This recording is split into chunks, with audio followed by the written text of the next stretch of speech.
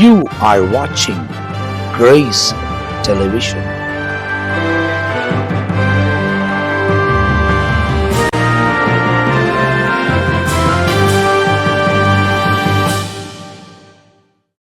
ஆண்டவரும் அருமை இரட்சகராக இயேசு கிறிஸ்துவின் நாமத்தினால் உங்கள் யாவருக்கும் என்னுடைய அன்பின் வாழ்த்துக்களும் ஸ்தோத்திரங்களை நான் தெரிவித்துக் கொள்கிறேன். தேவனுடைய பெரிதான கிருபையால் சுவிசேஷம் என்ற இன்னொரு பகுதியில் உங்களை சந்திப்பதில் எங்களுக்கு மிகுந்த சந்தோஷம். தொடர்ந்து இந்த சுவிசேஷத்தை குறித்து அறிவிப்பதற்கு நாங்கள் மிகுந்த சந்தோஷப்படுகிறோம். காரணம், சுவிசேஷம் அறிவிப்பதற்கு தான் இயேசு நமக்கு போதித்திருக்கிறார். உலகம் முழுவதும் நாம் பிரசங்கிக்க வேண்டும். அப்படி பிரசங்கிக்கப்பட்டுதான் நான் அறிந்து இன்றைக்கு தேவனை பின்பற்றக்கூடியவனாய் மாறியிருக்கிறேன். அதே போல எல்லாருக்கும் அறிவிக்கப்பட வேண்டிய ஒன்று இந்த சுவிசேஷம்.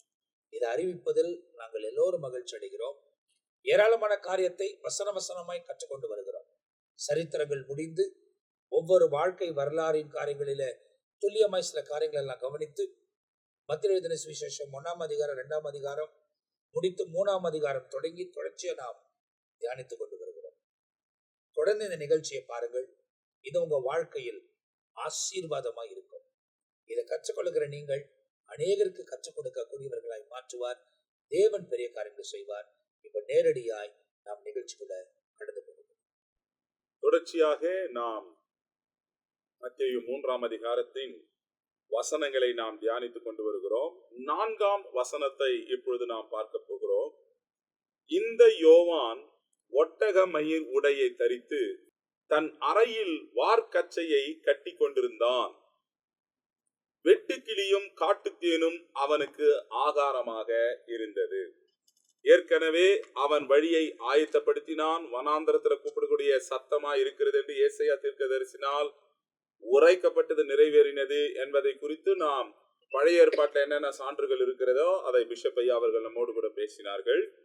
இப்பொழுது அவனுடைய உடையும் அவனுடைய ஆகாரத்தை குறித்து நாம் இன்றைக்கு நாம் பார்க்க போகிறோம். மத்தேயு, மார்க்கு ஆகிய சுவிசேஷங்களில் யோவான் ஆடையை பற்றி இங்கே கூறப்பட்டுள்ளது.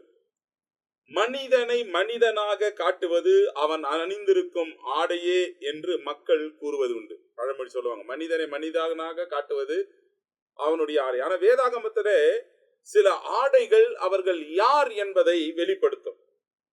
இங்க நம்ம பார்க்கும் பொழுது லூக்கா 16ஆம் அதிகாரம் 19ஆம் வசனத்துல ஐஸ்வர்யமுள்ள ஒரு மனுஷன் இருந்தான். அவன் ரத்தாம்பரமும் விலையேற பெற்ற வஸ்திரத்தை அவன் தரித்திருந்தான் என்று வசனம் சொல்லுகிறது. இங்கே ஐஸ்வர்யமுள்ள ஒரு மனுஷன் ரத்தாம்பர வஸ்திரத்தை அவன் தரித்திருப்பான்.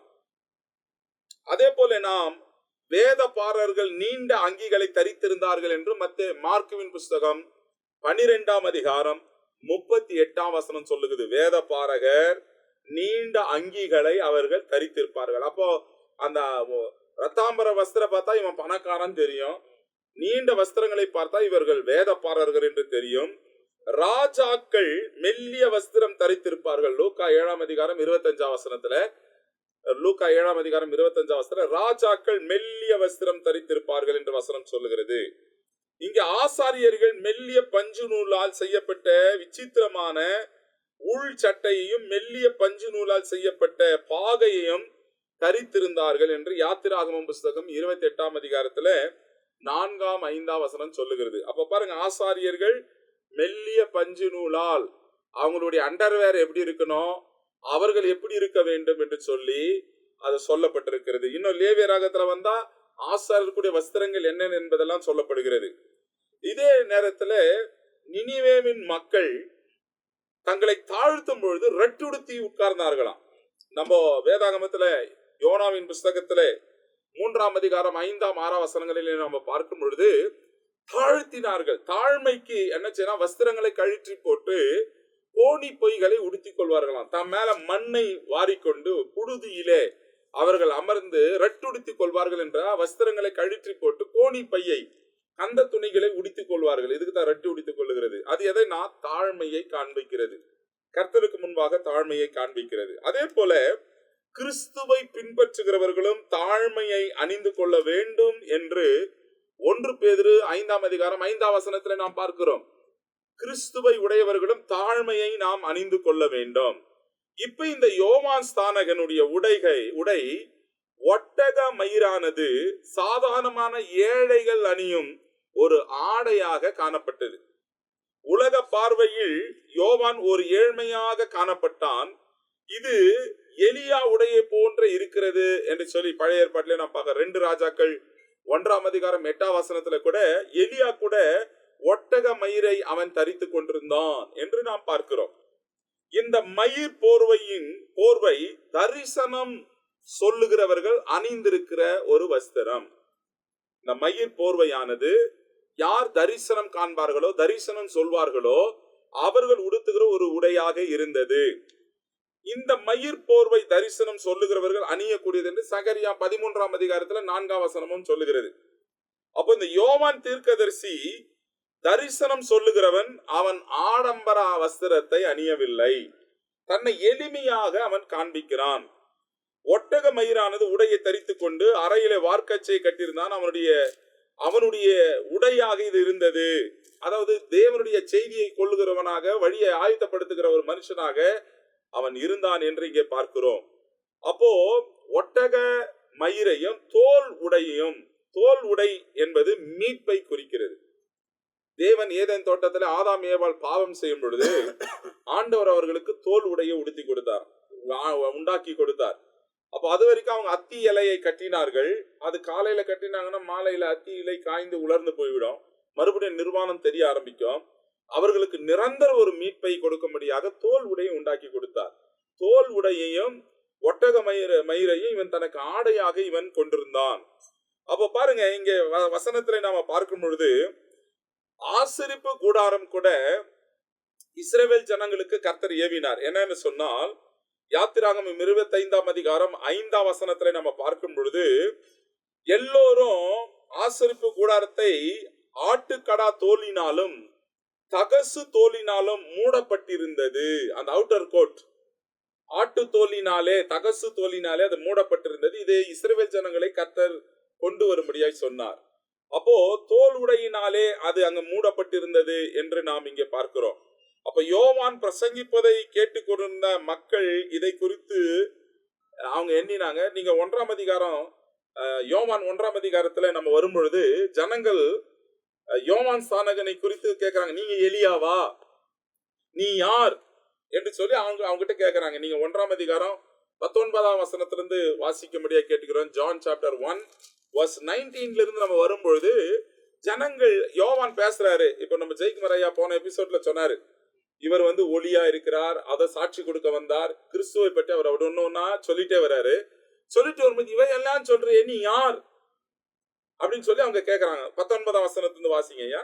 எருசலேமில் இருந்து யூதர்கள் ஆசாரியரையும் லேவியரையும் யோவானிடத்தில் அனுப்பி நீ யார் என்று கேட்ட பொழுது அவன் மறுதலியாமல் அறிக்கையிட்டதுமன்றி நான் கிறிஸ்து அல்ல என்றும் அறிக்கையிட்டார். அவன் சொல்றான் பாருங்க, நான் கிறிஸ்து அல்ல, கிறிஸ்துவை குறித்து சாட்சி கொடுக்க வந்தவன். வாசிங்க அப்படியே. அப்பொழுது அவர்கள் பின்னையார் நீ எலியாவா என்று கேட்டார்கள். அதற்கு நான் அவன் அல்ல என்றார். நீ தீர்க்கதரிசியானவரா என்று கேட்டார்கள். அதற்கு அல்ல என்றார். அவர்கள் பின்னும் அவனை நோக்கி நீ யார், எங்களை அனுப்பினவருக்கு நாங்கள் உத்தரவு சொல்லும்படிக்கு உம்மை குறித்து என்ன சொல்லுகிறீர் என்று கேட்டார்கள். அதற்கு அவன் கர்த்தருக்கு வழியை செவை பண்ணுங்கள் என்று ஏசாயா தீர்க்கதரிசி சொன்னபடியே நான் வனாந்தரத்திலே கூப்பிடுகிறவனுடைய சத்தமாய் இருக்கிறேன் என்றார். ஆமென். இங்கே நம்ம பார்க்கும் பொழுது நீ யார் என்று சொல்லி யோவான் கிட்ட கேட்கும்போது அவர் தெளிவா சொல்றாரு, நான் கிறிஸ்து அல்ல, அவருக்கு வழியை ஆயத்தப்படுத்த வந்தவன் என்று தெளிவாய் இங்கே சொல்லுகிறார். அப்ப பாருங்க, அவர் சொல்லி எல்லா காரியங்களையும் அவர் வெளிப்படுத்துகிறார். தாழ்மையை அவர் காண்பிக்கிறார். அவருடைய இடையிலே தோல் பட்டையிலே கச்சை கட்டப்பட்டிருந்தது என்று வசனம் சொல்லுகிறது. ஆசாரனுடைய இடைக்கச்சையிலே பெல்ட் கட்டியிருப்பாங்க. அந்த பெல்ட் ஆசாரனுக்குரிய வஸ்திரத்தில் இருக்கும் என்று அதற்கான அநேக வார்த்தைகள் வசனத்துல சொல்லப்பட்டிருக்கிறது. அதெல்லாம் நம்ம பார்த்த அநேக காரியங்களாகும். அடுத்து அவனுடைய உணவுக்கு நம்ம பார்ப்போம்னு சொன்னா யோவான் ஸ்நானகனுடைய ஆகாரம் என்னவா இருந்தது? வெட்டுக்கிளி, காட்டுத்தேன் அவன் அருந்துகிறவனாக காணப்பட்டான். இங்கே உணவு வெட்டுக்கிளி என்று சொல்லும் பொழுது அது ஒரு ஏளனமான ஒரு உணவாக நிறைய பேர் நினைப்பாங்க. ஆனா ஆப்பிரிக்கா நாடுகளில மற்ற நாடுகளில அதுல நல்ல புரோட்டீன், ஹை புரோட்டீன்ஸ் இருக்குது. புரோட்டீன் யாருக்கெல்லாம் குறைவு ஏற்படுகிறதோ அவங்க அந்த வெட்டுக்கிளியை சாப்பிடுவாங்க. அதுல ஹை புரோட்டீன்ஸ் இருக்கிறது. இன்னைக்கு அவன் ஹை புரோட்டீனையும் தேனை எடுத்தான் அப்படின்னு சொன்னா தேனில நல்ல பேலன்ஸ் சத்து இருக்கிறது. காட்டு தேன்.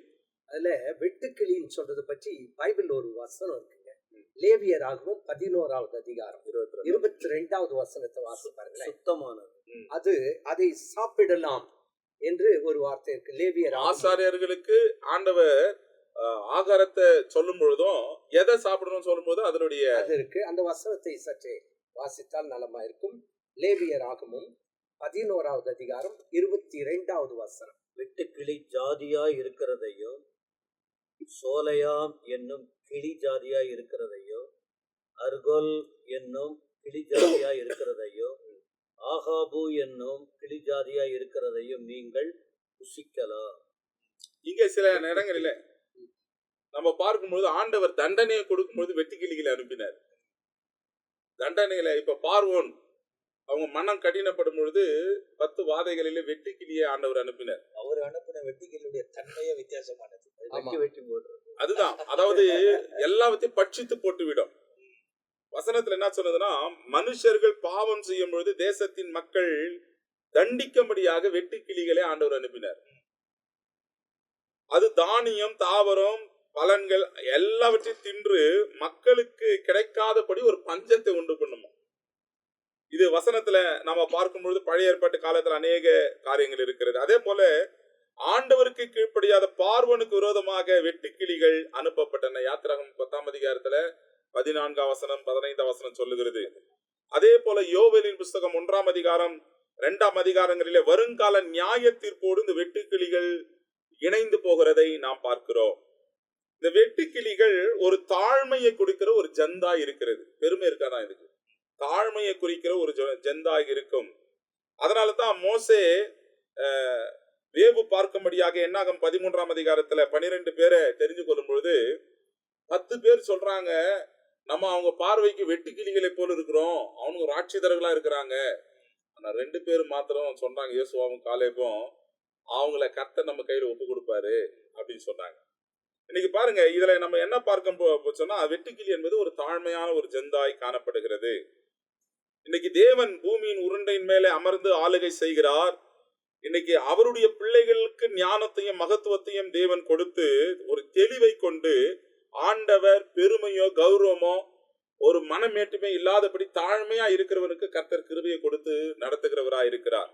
இங்க வெட்டுக்கிளிக்கு ஒரு குறுகிய வாழ்வை உடையதாக இருந்ததா, ரொம்ப லாங் லைஃப் எல்லாம் கிடையாது, ஒரு குறுகிய வாழ்நாட்களை உடையதாக இருந்தது என்று நாம் பார்க்கிறோம்.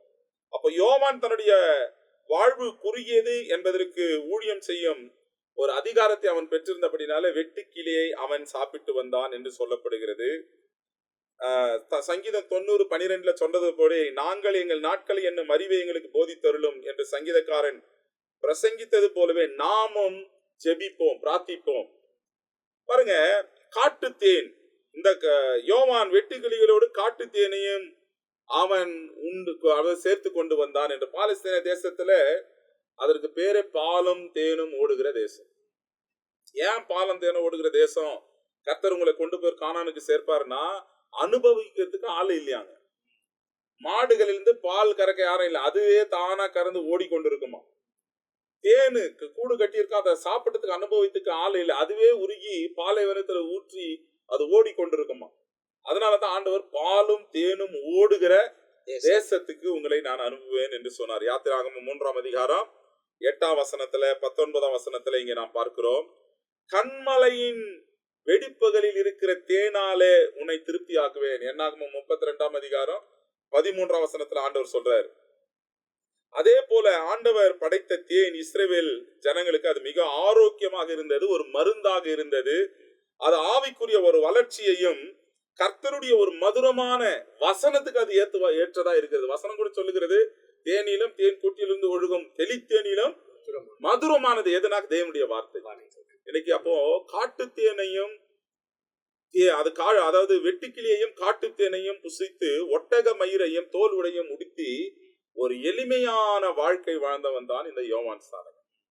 இன்னைக்கு கர்த்தருக்கு வழியை ஆயத்த பண்ணும்படியாக தன்னை தீர்க்க தரிசனத்தின் நிறைவேறுதலாக அவன் இங்கே வந்தான். பாருங்க, அவன் மனம் திரும்புதலை குறித்து 70 முறை அவன் புதிய ஏற்பாட்டில் சொல்லி இருக்கிறான். அதே போல மத்தேயுல தேவனுடைய ராஜ்யத்தை குறித்து வேதாகமத்தில் இந்த சுவிசேஷ புஸ்தகங்களில் சொல்லப்பட்டிருக்கிறது. மத்தேயுல மாத்திரம் 50 முறை சொல்லப்பட்டிருக்கிறது பரலோக ராஜ்யத்தை குறித்து, தேவனுடைய ராஜ்யத்தை குறித்து. புதிய ஏற்பாட்டுல நம்ம பார்க்கும்போது 140 முறை மனம் திரும்புதலை குறித்து வசனம் சொல்லப்படுகிறது.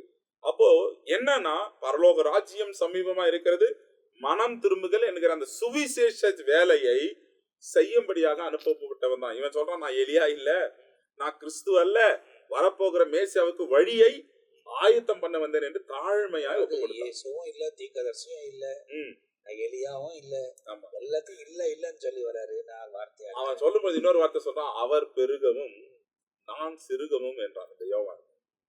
அவர் பெருகணும். அதாவது ஒரு விஷயத்துல யோவான் வார்த்தையிலும் அதை சொன்னார், செயல்முறையிலும் அவர் அப்படியே வாழ்ந்து காண்பித்தார். தாழ்மையாய் அவர் வாழ்ந்து. தாழ்மை வார்த்தையின் அளவில் வரக்கூடிய ஒன்று அல்ல, நாம் வாழ வேண்டிய ஒன்று. அந்த தாழ்மை. அந்த நசரேயனுடைய விரதம் கொண்டவர்கள் திராட்சை ரசத்தையோ பழத்தையோ சில காரியங்களை அவங்க புசிக்கவே கூடாது. இதெல்லாம் தவிர்த்து ஒரு எளிமையான உணவை உண்டவன் தான் இந்த யோவான் ஸ்நானகன். அப்ப இந்த யோவானை குறித்து ஏராளமான காரியங்களை ஒவ்வொன்றும் நாம் கவனித்துக் கொண்டு வருகிறோம். எவ்வளவு துல்லியமாய் நிறைய காரியங்கள் நமக்கு பேசப்படுகிறது. 3ஆம் அதிகாரம் போன எபிசோட்ல வந்துச்சு, இந்த எபிசோட்லயும். ஆனா இன்னும் நம்ம நிறைய வசனங்களை தியானிக்க வேண்டியது இருக்குது. அதனால நம்ம மத்தியில இந்த எபிசோடு முடிவதற்கு முன்பதாய் நம்ம மத்தியில இருக்கிற ஜான் பீட்டர் ஐயா அவர்களுக்கு ஆவியானவர் சொன்னதை நம்மோடு கூட பகிர்ந்து கொள்ள போகிறார். பிறந்த இடம், வளர்ந்த இடம், அவர் வாழ்ந்து கொண்டிருந்த இடம், வாழ்ந்ததின் அர்த்தம் யாருக்காக? தனக்காக அல்ல, இயேசுவுக்காக. அந்த காரியத்தில் அவர் இருந்து, அவர் மனுஷன் இந்த உலகத்தில் உயிர் வாழ வேண்டுமானால் ஆகாரம் தேவை. அவருடைய ஆகாரம் எளிமையான ஆகாரமாய் இருந்தாலும் சுத்தமான ஆகாரம். அதை புசித்து, எதற்காக அந்த ஆகாரத்தை புசித்தார் என்று சொன்னால், கொஞ்சம் உயிர் வாழணும். இல்லைன்னா அப்படியே உபவாசம் இருந்து வனாந்தரத்திலே இருந்துடலாம். அனுப்பப்பட்ட நோக்கம் பிறந்தோம், வாழ்ந்தோம், மடிந்தோம், முடிந்தது என்பதற்காக அல்ல. ஒரு மனுஷன் அந்த உலகத்திலே பிறந்தால் வாழ வேண்டும், அர்த்தத்தோடு வாழ வேண்டும், நல்லதொரு சாட்சி பெற்று வாழ வேண்டும். அந்த சாட்சியெல்லாம் பெற்று வாழ்ந்து வரும்போது இப்போ உச்சகட்டம் வருகிறது. இவர் அந்த நாட்கள் முடிவதற்குள்ள, இந்த யோவான் ஸ்நானன் தன்னுடைய வாழ்க்கை முடிவதற்குள்ள எதற்கு அனுப்பப்பட்டாரோ அந்த நோக்கத்தை நிறைவேற்ற வேண்டும். அந்த நோக்கத்தை நிறைவேற்றுவதற்கு அவர் என்ன சொன்னார்? 2ஆம் வசனத்துல, ஒரு திரள் கூட்டம், ஒரு 6 பட்டணங்களிலும் சுற்றியுள்ள கிராமங்களிலும் உள்ள ஜனங்கள் அங்கே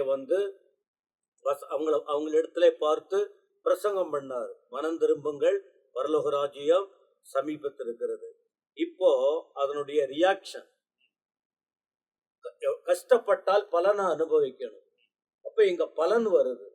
யோவான் அனுப்பப்பட்டு இதுவரைக்கும் அவர் செயல்பட்டு கொண்டு இருக்கிறார். இப்ப அவருடைய ஆண்டவர் வருவதற்கு முன்ன இவர் ஆத்தும அறுவடை செய்ய வேண்டும்.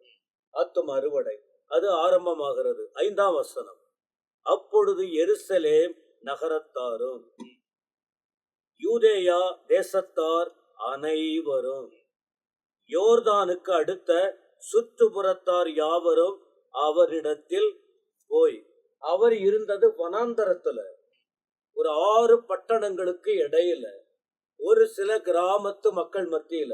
ஆனா இங்க பார்த்தால் 4 திசையிலிருந்தும் ஏராளமான மக்கள் வர்றாங்களே. எப்படி? ஒரு துர்ச்செய்தியை அறிவித்தாலும் எல்லாருக்கும் பரவிடும். ஆனா நற்செய்தியை விட துர்ச்செய்தி ரொம்ப ஸ்பீடா போயிடும். ஆனால் இந்த இடத்துல யோவான் நல்ல செய்தியை அறிவிக்கிறார். இது நல்ல செய்தி. தேவ திட்டமா இருக்கிறதுனாலே இயேசுவானவர் வருவதற்கு முன்பு இந்த வார்த்தை எல்லாருக்கும் போக வேண்டும் என்று ஆண்டவர் ஆண்டவர் சொல்லும் போது உலகம் முழுவதும் போங்கன்னு. ஆனா இந்த இடத்துல யோவானுடைய செய்தியின் மூலமாய் இவர் சொன்னது மனம் திரும்புங்க, பரலோக ராஜ்யம் சொல்லிட்டாரு. அப்ப அங்குள்ள ஜனங்களுக்கு பரலோகத்தை குறித்த எண்ணம் இருக்கு. இல்லைன்னா பரலோகம் இல்லைன்னு சொன்னா வேற விதமான வருத்தத்துக்கு போகணும். 400 வருஷத்துக்கு அப்புறமா வரக்கூடிய ஒரு செய்தி. ஆமா, அங்கெல்லாம் தீர்க்க தரிசனமா சொல்லப்பட்டது. இங்க நேரடியா ஒரு மனுஷனை நேரடியா அடுத்த கட்டம் எவரை குறித்து சொல்றாரு, அவரு வரப்போறாரு. அதனால சொன்ன உடனே இந்த செய்தி உடனே வேகமா தேவனுடைய ராஜ்யத்தை குறித்து சொல்லி கொண்டிருக்கிறார் ஒருவர் அப்படின்னு சொன்ன பிறகு எல்லா இடங்களுக்கும் அது போக ஆரம்பிக்கிறது. எல்லா இடங்களுக்கும் யார் யார் வந்தாங்க? எருசலேம் நகரத்தார். அப்ப எருசலேமில் உள்ள அது ஒரு தலைநகரம் பாருங்க, அங்க போய் ரீச் ஆகுது. எதை குறித்து? மனம் திரும்புதலை குறித்தும் தேவ ராஜ்யத்தை குறித்தும். இரண்டாவது, யூதேயா தேசத்தார் அனைவரும், சிலர் கொஞ்சம் வராமல் இருந்திருக்கலாம், அநேகர் வராமல் இருந்திருக்கலாம். ஆனால் வசனம் சொல்லுது எருசலேம் நகரம், யூதேயா தேசத்தார் அனைவரும். மூன்றாவது, யோர்தானுக்கு அடுத்த சுற்றுப்புறத்தார் யாவரும் அவனிடத்திற்கு வந்து. ஏன் இந்த 3 விதமான நிலையில் ஜனங்கள் அங்கே வருகிறார்கள்? அதுக்கு ஒரே ஒரு காரணம் என்ன தெரியுமா? இவன் தேவனால் அனுப்பப்பட்டவன். தேவனால் அனுப்பப்பட்டவன் அழைப்பில் உறுதியாயிருந்தார், தேவன் அவனோடு இருந்தார். இதான் விஷயம். ஒரு மனிதன் தேவனோடு இருந்தால், தேவன் மனிதனோடு இருந்தால் போராட வேண்டிய அவசியம் இல்லை. செய்ய வேண்டிய கடமைகளை மட்டும் செய்து கொண்டிருந்தால் போதும், நடக்க வேண்டிய காரியம் நடக்கும். பல வருடங்கள் போராடி போராடி போராடி இன்னும் அந்த லக்கை அடையாமல் இருக்கிற சூழ்நிலை பார்க்கும்போது அங்கே பிரச்சனை உண்டாகிறது. பல தடுமாற்றங்கள், பல கர்த்தர் சொன்ன வார்த்தையை சொல்றதில்ல, தங்களை மிகைப்படுத்துவது. ஏன்னா இங்க யோவான் தன்னை மறைச்சுக்கிறாரு, வேதம்தான் அவரை வெளிப்படுத்ததை தவிர யோவான் தன்னைப்படுத்தி சொல்லல. தன்னை குறித்து ஒண்ணாம் அவர் சாட்சியா சொல்லவோ வார்த்தை கூட சொல்லல. தன்னை குறித்து, தன் தாய் தகப்பனை குறித்தோ, தன்னுடைய பிறப்பை குறித்தோ, தன்னுடைய அழைப்பை குறித்தோ, நான் யார் என்னை அனுப்பினது என்றோ, எதற்காக இந்த இடத்துல இருக்கிறேன்னா அதெல்லாம் அவர் ஒரு நாளும் தன்னை அவர் முக்கியப்படுத்த இல்லை. யார் தெய்வீகத்தை முக்கியப்படுத்துகிறார்களோ அங்கே தேவ திட்டம் நிறைவேறும். அந்த தேவ திட்டத்தின் உச்சகட்டம் என்ன? எல்லா ஜனங்கள் மத்தியிலும் தெய்வீகம் பரவ ஆரம்பிக்கும். தங்களை மறைத்து கொண்டால் தெய்வீகம் மேலே ஓங்கி போகும். அப்படி போகும்போதுதான் எல்லாம். அப்ப யார் அப்படி மறைத்து கொள்வாங்க? உன்னதமானவரின் மறைவில் இருக்கிறவர், சர்வ வல்லவரின் நிழலில். அப்ப தேவனுடைய நிழலுக்குள்ள மறைஞ்சு இருக்கிறவங்க. இவர் கர்த்தருடைய வார்த்தைக்குள்ளே தன்னை மறைத்து கொண்டார். கர்த்தருடைய அந்த அழைப்பை கர்த்தருடைய வார்த்தையில் வைத்து செயல்படுத்தினார். அதனால இதுக்கு மேல இந்த ஆண்டவர் கிரியை செய்ய ஆரம்பிக்கிறார். இதான் எழுப்புதல். எல்லா இடத்திலிருந்து ஜனங்கள் கூட்டம் கூட்டமா வருகிறார்கள். எங்க வர்றாங்க? பட்டணத்தை நோக்கி பெரிய பெரிய ஸ்டேடியம் இருக்கிற அந்த இடத்துக்கு வரல. அவர் வர வேண்டிய எல்லாரும் எங்க வராங்க? வனாந்தரத்துல இருக்கிற ஒரு மனுஷனை பார்க்க வராங்க. ஒரே ஒரு மனுஷனை பார்க்க வராங்க. அப்ப வந்த பிறகு அங்க என்ன நடக்கிறது அப்படின்னு சொன்னால், 6ஆம் வசனம், தங்கள் பாவங்களை அறிக்கையிட்டு யோர்தான் நதியில் அவனால் ஞானஸ்நானம் பெற்றார்கள்.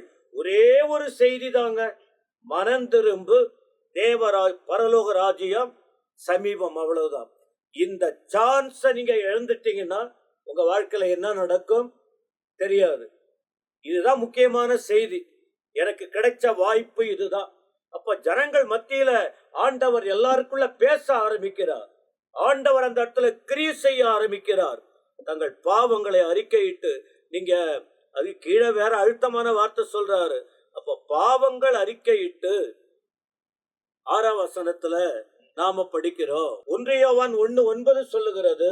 என்ன சொல்றாருன்னா, தங்களுடைய பாவங்களை அறிக்கை இடாமல் ஒரு மனிதன் சுத்திகரிக்கப்பட முடியாது. 7ஆம் வசனத்துல பார்க்கிறோம். 9 பார்க்கும்போது, இயேசு கிறிஸ்துவின் ரத்தம் சகல பாவங்களை நீக்கி சுத்திகரிக்கணும் யோவான் எழுதுறாரு. ஆனா யோவான் ஸ்நானன் சொல்லும் போது மனம் திரும்புங்கப்பா, உங்க மனசு தப்பா போய்கிட்டு இருக்கு, நீங்க தெய்வீகத்தை விட்டுட்டு வேற பாரம்பரியத்தை பிடிச்சுக்கிட்டு இருக்கீங்க, உங்க வாழ்க்கை தவறா போய்கிட்டு இருக்கு, இதுக்கு மேல நீங்க லேட் பண்ணீங்கன்னா உங்க வாழ்க்கை வீணா போயிடும், இதுதான் இதே கடைசி நாள், ஏற்றுக்கொள்ளுங்க. ஒரு வார்த்தை கிரியை செய்ய ஆரம்பித்தது. குறிப்பா பரலோகம்னு சொன்ன உடனே அவங்களுக்கு பயம் வந்துச்சு. இவங்களுக்கு பரலோகத்தை குறித்த காரியம் அதை மறந்து போயிட்டாங்க. அந்த வார்த்தை கேட்ட உடனே வந்தாங்க. வந்த பிறகு என்னாச்சு தெரியுமா? உள்ள குத்தப்படுது. தேவ வார்த்தை சொல்ல சொல்ல சொல்ல இருதயம் குத்தப்படுகிறது. பைபிள் அப்படி நிறைய இருக்கு. குத்தப்பட்ட பின்பு யோர்தானில் நதியில் அவனால் ஞானஸ்நானம் பெற்றார்கள். ஞானஸ்நானத்தை குறித்த போதனை பெரிய அளவில் இருக்கிறது. 7 விதமான ஞானஸ்நானத்தை குறித்தும் வேதகம் நமக்கு சுட்டி காட்டுகிறது. நாளடைவில் அந்தந்த வார்த்தையின் அடிப்படையில் தியானிக்க ஆண்டவர் கிருபை கொடுப்பாராக. இப்போது இந்த இடத்துல நீங்க பார்ப்பீங்கன்னா ஜான் பீட்டர் ஐயா ரொம்ப துல்லியமாய் சில காரியங்களை பேசியிருக்கிறாங்க. ஆனா தொடர்ச்சியா நம்ம மத்தியில ரெவரண்ட் மெல்கிசேதேக் தொடர்ந்து நாம் பேசி முடித்த உடனே இந்த எபிசோடை நாம் நிறைவு பெற போகிறோம். இப்போது நம்ம மத்தியில ரெவரண்ட் மெல்கிசேதேக் தொடர்ச்சியாக யோவானுடைய ஊழியத்தை அவன் எப்படி செய்து வருகிறான், யாரெல்லாம் அவங்கிட்ட வந்து ஞானஸ்தானம் பெற்றார்கள் என்பதை ஜான் பீட்டர் ஐயா அவர்கள் பேசினார். தொடர்ச்சியாக சில வசனங்களை நாம் தியானிப்போம். 5ஆம் 6ஆம் வசனங்களை நாம் பார்க்கும் பொழுது, அப்பொழுது எருசலேம் நகரத்தாரும் யூதேயா தேசத்தார் அனைவரும் யோர்தானுக்கு அடுத்த சுற்றுப்புறத்தார் யாவரும் அவனிடத்தில் போய் தங்கள் பாவங்களை அறிக்கையிட்டு யோர்தான் நதியில் அவனால் ஞானஸ்தானம் பெற்றார்கள் என்று இங்கே நம்ம பார்க்கிறோம். இங்க நம்ம வசனத்துல நாம் பார்க்கும் பொழுது, இவன் மனம் திரும்புங்கள், பரலோக ராஜ்யம் சமீபமா இருக்கிறது என்று இவர் பிரசங்கம் பண்றாரு. அப்ப பாருங்க, லூக்காவின் புஸ்தகம், மார்க்குவின் புஸ்தகம் 1ஆம் அதிகாரம் 5ஆம் வசனத்துல நம்ம பார்க்கும் பொழுது யாரெல்லாம் வந்தாங்கன்னு வசனம் அழகா சொல்லுது. அப்பொழுது யூதேயா தேசத்தார் அனைவரும் எருசலேம் நகரத்தார் அனைவரும் அவனிடத்தில் போய் தங்கள் பாவங்களை அறிக்கையிட்டு யோர்தான் நதியில் அவனால் ஞானஸ்தானம் பெற்றார்கள். பாவங்களை மன்னிப்பதற்கு அவனுக்கு அதிகாரம் இல்ல. ஜனங்கள் கன்ஃபஸ் பண்ணாங்க, பாவத்தை அறிக்கை பண்ணாங்க. வசனத்தை கேட்டவர்கள் இருதயத்துல குத்தப்பட்டவர்களாகி மனம் திரும்பி ஞானஸ்தானம் பெற்றார்கள். இன்னைக்கு அப்படி வசனத்தை பேசும்போது அவர்கள் குத்தப்படுவார்களானால் சபைக்கு வராது. அடுத்தது ஊழியக்காரரை எதிர்த்து பேசுறாங்க. அன்னைக்கு குத்தப்பட்டவர்கள் மனம் திரும்பினார்கள். இன்னைக்கு இந்த காலத்துல, அதாவது இப்ப நீங்க சொல்றது எதுனா, யோவானுடைய உபதேசம் வேற, மனம் திரும்புங்கள், பரலோக ராஜ்யம் சமீபமா இருக்குது. அவன் பேசினது தேவ ராஜ்யத்தை குறித்து பேசினான். இன்னைக்கு சபையில ஏன் கலவரம், ஏன் பிரச்சனைனா, பிரசங்க பீடத்தை திட்டுற ஒரு பீடமா மாட்டிக்கிறாங்க. ஜனங்களை கண்டிக்கிறதும் ஜனங்களை சபிக்கிற ஒரு இடமாக மாற்றுறதுனால என்ன பண்ணுதுன்னா, வசனத்தை பேசினா எங்கேயுமே பிரச்சனை வராது. வசனத்தை வசனமாய் பேசினால் ஜனங்கள் பலனடைவார்கள். வசனத்தை மாம்சத்துக்கு ஏற்றமாய் எடுத்து பேசும்பொழுதுதான் சபையில இன்னைக்கு பிரிவினைகள், கலவரங்கள் காணப்படுகின்றன. மற்றவர்கள் கேள்வி கேட்கிறதும், அதாவது வசனத்தை கேட்டவர்கள் யூத அப்போஸ்தலர்கள் பேசும் பொழுதெல்லாம் இருதயத்துல குத்தப்பட்டவர்களாகி மனம் திரும்பி அவர்கள் ஞானஸ்தானம் பெற்று தேவனுக்கு சாட்சிகளா இருந்தார்கள். இப்ப என்னன்னா, அவங்களுக்கு வசனம், பாஸ்டர் என்னையே தான் பற்றி பேசுறாரு, இவங்க என்ன பற்றி தான் குத்துறாங்க அப்படின்னு சொல்லி சபையை விட்டு விலகுகிறவர்கள் என்னன்னா, துன்மார்க்கமான ஜீவியம் ஜீவிக்கிறவர்கள். பாவிகள் நீதிமானுடைய சபையில் நிலை நிற்பதில்லை. மனம் திரும்ப மனதில்லாதவர்கள், பாவத்தை அறிக்கையிட மனதில்லாதவர்கள், இவர்கள் தான் இப்பேற்பட்ட காரியங்களை செய்வாங்க. ஆனா வசனத்தை வசனமா நம்ம போதிக்கும் பொழுது நிச்சயமாக ஒரு மனம் திரும்புதல் காணப்படும் என்று இங்க பார்க்கிறோம். அடுத்து மத்தேயு 11ஆம் அதிகாரத்துல 7ஆம் வசனத்திலிருந்து நம்ம 12ஆம் வசனம் வரைக்கும் நம்ம வாசிக்கப்படும் பொழுது, அவர்கள் போன பின்பு இயேசு யோவானை குறித்து ஜனங்களுக்கு சொன்னது என்னவென்றால், எதை பார்க்க வனாந்திரத்துக்கு போனீர்கள்? காற்றினால் அசையும் நாணலையோ? அல்லவென்றால் எதை பார்க்க போனீர்கள்? மெல்லியம் வஸ்திரம் தரித்த மனுஷனையோ? மெல்லிய வஸ்திரம் தரித்திருக்கிறவர்கள் அரசர் மாளிகையில் இருக்கிறார்கள். நான் ஏற்கனவே சொன்ன ராஜாக்கள், நல்ல ஒரு உயர்ந்தவர்கள் மெல்லிய வஸ்திரத்தை அவர்கள் உடுத்திக் கொண்டிருப்பார்கள். அப்போ அல்லவென்றால் எதை பார்க்க போனீர்கள்? தீர்க்கதரிசியோ? ஆம், தீர்க்கதரிசியை பார்க்கிலும் மேன்மை உள்ளவனையோ என்று உங்களுக்கு சொல்லுகிறேன். அது எப்படி எனில், இதோ நான் என் தூதனை உனக்கு முன்பாக அனுப்புகிறேன். அவன் உனக்கு முன்பாக போய் வழியை ஆயத்தம் பண்ணுவான் என்று எழுதியிருக்கிற வாக்கியம் குறிக்கப்பட்டவன் இவன் தான் என்று யோவான் ஸ்நானகன் ஆண்டவர் சொல்றாரு. ஸ்திரீனிடத்திலே பிறந்தவர்களில் யோவான் ஸ்நானகனை பார்க்கிலும் பெரியவன் ஒருவனும் எழும்பினதில்லை. இது யார் சொல்றதுன்னா இயேசு கிறிஸ்துவே சொல்றாரு. ஸ்திரீனிடத்தில் பிறந்தவன் யோவான் ஸ்நானகனை போல பெரியவன் ஒருவனும் இல்ல. அவனுடைய ஊழியம் வித்தியாசம், உடை வித்தியாசம், அர்ப்பணிப்பு வித்தியாசமாக காணப்பட்டது. அப்போ இங்க நம்ம பார்க்கும் பொழுது பரலோக ராஜ்யத்தில் பரலோக ராஜ்யத்தில் சிறியவனா இருக்கிறவன் அவனிலும் பெரியவனா இருக்கிறான் என்று உங்களுக்கு மெய்யாகவே மெய்யாகவே சொல்லுகிறேன். யோவானை காட்டிலும் ஸ்திரீகள் பெரியவன் இல்லை, ஆனா பரலோக ராஜ்யத்துல ஒருத்தன் தாழ்மையா இருந்தாலும் அவனை காட்டிலும் பெரியவனா இருப்பான் என்று ஆண்டவர் சொல்லுகிறார். அப்படி சொல்லி யோவான் ஸ்நானகன் காலம் முதற்கொண்டு இதுவரைக்கும் பரலோக ராஜ்யம் பலவந்தப்படுகிறது. இயேசு சொல்றார், போர்ஸ்ஃபுல் படுது பரலோக ராஜ்யம் மனம் திரும்பு பலவந்தம் படுகிறது. பலவந்தம் பண்ணுகிறவர்கள் அதை பிடித்து கொள்ளுகிறார்கள். யார் சுவிசேஷ வசனத்திற்கு கீழ்ப்படிந்து தன்னை அர்ப்பணிக்கிறார்களோ பரலோக ராஜ்யம் பலவந்தப்படுகிறது. இப்ப சில பேர் சொல்லுவாங்க போர்ஸ்ஃபுல் கன்வர்ஷனுங்க, மதமாற்றம் கட்டாயம் இல்ல, மதமாற்றம் கட்டாயம் இல்ல. இன்றைக்கு பரலோக ராஜ்யத்தை சுவிசேஷத்தை பிரசங்கிக்க வேண்டும் என்று வேதம் சொல்லுகிறது. அதை பிடித்துக் கொள்ளுகிறவர்கள் பரலோக ராஜ்யத்துல பெரியவர்களாயிருப்பார்கள் என்று வசனம் சொல்லுகிறது. அப்ப இந்த இடத்துல நம்ம பார்க்கும் பொழுது அவனுடைய உபதேசத்தை கேட்டு அநேக திரளான ஜனங்கள் வந்தாங்க. வந்தவங்களும் என்ன தைரியமா பேசலாம். லூக்கா 3:7 பார்க்கும் பொழுது அவன் தன்னிடத்தில் வந்து ஞானஸ்தானம் பெறும்படி புறப்பட்டு வந்த திரளான ஜனங்களை நோக்கி, விரியன் பாம்பு குட்டிகளே, வரும் கோபத்துக்கு தப்பித்துக் கொள்ள உங்களுக்கு வகை காட்டினவன் யார்? அவ்வளவு தைரியமா அவன் கேட்கிறான், விரியன் பாம்பின் குட்டிகளே. இப்போ எதனா நம்ம பேசுற விசுவாசிக்கிறேன்னா கோச்சின்னு நின்னுறாங்க. ஆனா அவன் தைரியமா பேசுறான், வருகிற கோபாக்கினைகளுக்கு தப்பித்துக் கொள்ள வழியை போக்கினவன் யார், காட்டினவன் யார்? விரியன் பாம்பின் குட்டிகளே, விஷம் நிறைந்தவர்களே என்பதை அவன் மிக ஆழமாக சொல்லுகிறான். பாருங்க எவ்வளவு தைரியமாக அவன் இருந்தான் என்று வசனத்துல இங்க நம்ம பார்க்கிறோம். நியாய பிரமாணமும் தீர்க்க தரிசனங்களும் யோவான் வரைக்கும் வழங்கி வந்தது. ஆதி முதல் தேவனுடைய ராஜ்யம் சுவிசேஷமா அறிவிக்கப்பட்டது. இது யாவருக்கும் பலவந்தமாய் அதிலே பிரவேசிக்கிறார்கள் என்று லூக்கா 16:16 சொல்லப்படுகிறது. இப்படி இவங்க பிரசங்கம் பண்ணும்பொழுது லூக்காவின் புஸ்தகத்துல 7ஆம் அதிகாரத்துல நம்ம பார்க்கும் பொழுது, லூக்காவின் புஸ்தகம் 7ஆம் அதிகாரம் 30ஆம் வசனத்துல வசனம் இவ்விதமாய் சொல்லுகிறது. இப்படி வசனத்தை கேட்டு, இந்த வார்த்தைகளை கேட்டு வசனம் சொல்லுகிறது, ஞானஸ்தானம் பெறாதபடி நியாய சாஸ்திரிகளும் மற்றவங்க என்ன பண்ணாங்களா, தங்களுக்கு கேடு உண்டாக யோவானுடைய உபதேசத்தை கேட்டு ஆயக்காரர் முதலான சகல ஜனங்களும் அவனாலே ஞானஸ்தானம் பெற்று தேவன் நீதிபரர் என்று அறிக்கையிட்டாங்களாம். யாரு? ஆயக்காரர் முதலான மற்ற தேவன் நீதி உள்ளவர் என்று அறிக்கை. ஆனா பரிசேயரும் நியாய சாஸ்திரிகளுமோ, யார் இந்த பரிசேய நியாய சாஸ்திரிகள்? ஏரோது யூதருக்கு ராஜாவா பிறந்திருக்கிறவர் எங்கே என்று கேட்கும் பொழுது நியாய சாஸ்திரிகளை பரிசேயரை தான் கூப்பிட்டு விசாரிச்சான்.